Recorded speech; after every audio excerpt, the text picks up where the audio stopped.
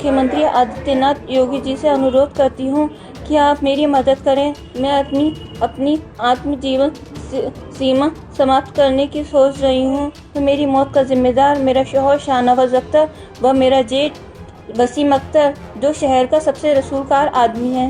नमस्कार, आप देख रहे हैं वीके न्यूज और मैं युधिष्ठिर उपाध्याय। कुछ दिनों पहले एक वीडियो सामने आया था जो लगातार चर्चाओं में है, जिसमें गुजरात की आयशा ने बताया था कि उसे दहेज को लेकर पति और ससुराल वालों ने प्रताड़ित किया है, इसीलिए वो सुसाइड कर रही है। वीडियो शेयर करने के बाद उसने नदी में कूदकर आत्महत्या कर ली थी, जिसके बाद इस मामले ने इतना तूल पकड़ा था कि जगह जगह विरोध प्रदर्शन हुए और आरोपियों पर तगड़ा एक्शन लेने की मांग की गई।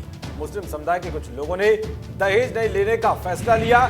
इसी बीच अब कुछ ऐसा ही मामला यूपी के संभल से भी सामने आया है, जहां एक महिला ने अपने पति और ससुराल वालों से तंग आकर एक वीडियो शेयर किया है, जिसमें वो प्रताड़ित होने की दास्तां बयां कर रही है और सुसाइड करने की बात भी कह रही है।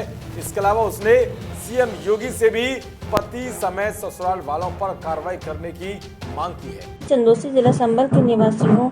मेरी शादी को लगभग 6 वर्ष हो चुके हैं। मैंने अपनी शादी के 1 साल बाद एक बेटी को जन्म दिया। एक बेटी को जन्म देने के बाद मेरे ससुराल वाले व मेरा शौहर शाहनवाज अख्तर मुझसे खुश नहीं है। बोलता है हमें बेटी नहीं चाहिए, हमें बेटी नहीं चाहिए। मेरी बेटी होने के बाद मेरे ससुराल वालों ने मेरा 2 बार गर्भपात करा दिया। मेरा गर्भपात कराने के बाद मैं 15 महीने से अपने पिता के घर रह रही हूँ। मेरे पिता के घर आने के बाद मेरा शौहर शाहनवाज अख्तर मुझसे 10 लाख की मांग कर रहा है। बोल रहा है अपने पिता से 10 लाख रुपए ला कर दे।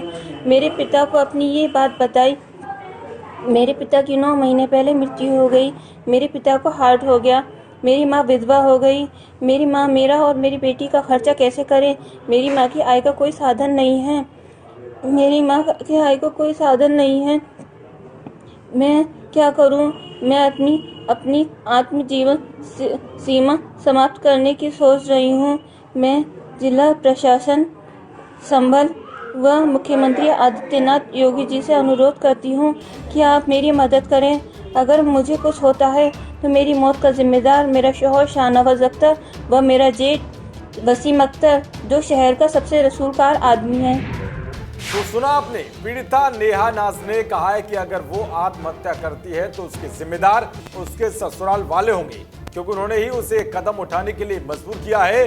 नेहा ने फेसबुक पर मुख्यमंत्री योगी आदित्यनाथ, यूपी के डीजीपी, एडीजी और संभल पुलिस को टैग कर आरोपी पति समेत ससुराल वालों पर कार्रवाई करने की मांग की है। उसने कहा है कि अगर उससे कुछ होता है तो दोषी उसका पति शाहनवाज अख्तर और जेठ वसीम अख्तर होंगे। तो भाई, अब नेहा नाज उर्फ निशी नाम की इस महिला के सोशल मीडिया पर वीडियो वायरल होने के बाद संभल पुलिस तुरंत हरकत में आ गई और उसे एक गलत कदम उठाने से रोक लिया गया। चंदौसी कोतवाली पुलिस ने आधी रात को पीड़िता को कोतवाली बुलाकर आरोपी पति समेत ससुराल के 7 लोगों के खिलाफ केस दर्ज किया है। पीड़िता का मेडिकल भी कराया गया है। तो इस मामले पर संभल के पुलिस अधीक्षक ने क्या कुछ कहा, जरा सुनिए। आज सोशल मीडिया में एक वीडियो वायरल हो रहा है, जिसमें एक महिला द्वारा कहा गया है कि बेटी पैदा होने के कारण उसके ससुराली जनों ने उसको प्रताड़ना की व घर से निकाल दिया। इसमें महिला की तहरीर के आधार पर उसके ससुराली जनों व पति के विरुद्ध सुसंगत धाराओं में अभियोग थाना चंदौसी पर पंजीकृत कर लिया गया है। उसमें जांच की जा रही है। प्रारंभिक जांच के अनुसार दोनों 2 साल से अलग अलग रह रहे हैं। आपसी पारिवारिक विवाद का मामला है। माननीय न्यायालय भी अप्रोच किया गया है।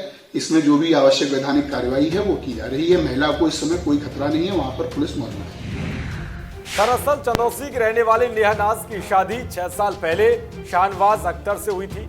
शादी के 1 साल बाद नेहा को एक बेटी हुई, लेकिन पति और घरवाले इससे खुश नहीं थे। उन्होंने साफ कर दिया था कि उन्हें बेटा चाहिए। इसके बाद ससुराल वालों ने 2 बार उसका अबॉर्शन कराया। इतना ही नहीं, वो उसे मारते पीटते भी थे। इसके अलावा शाहनवाज पर आरोप है कि उसने नेहा नाज से मायके से 10 लाख रुपए लाने के लिए कहा था। ये मांग उसके पिता पूरी नहीं कर सकते थे। चिंता में 9 महीने पहले पिता की हार्ट अटैक से मौत हो गई। अब उसकी मां ही उसे और बहन को संभाल रही है। नेहा ने सीएम योगी से अपील की है कि उसकी मदद करें। खैर, अब देखना ये होगा कि आरोपियों पर पुलिस क्या कुछ एक्शन लेती है। देश और दुनिया की तमाम खबरों को पाने के लिए देखते रहिए वीके न्यूज। नमस्कार।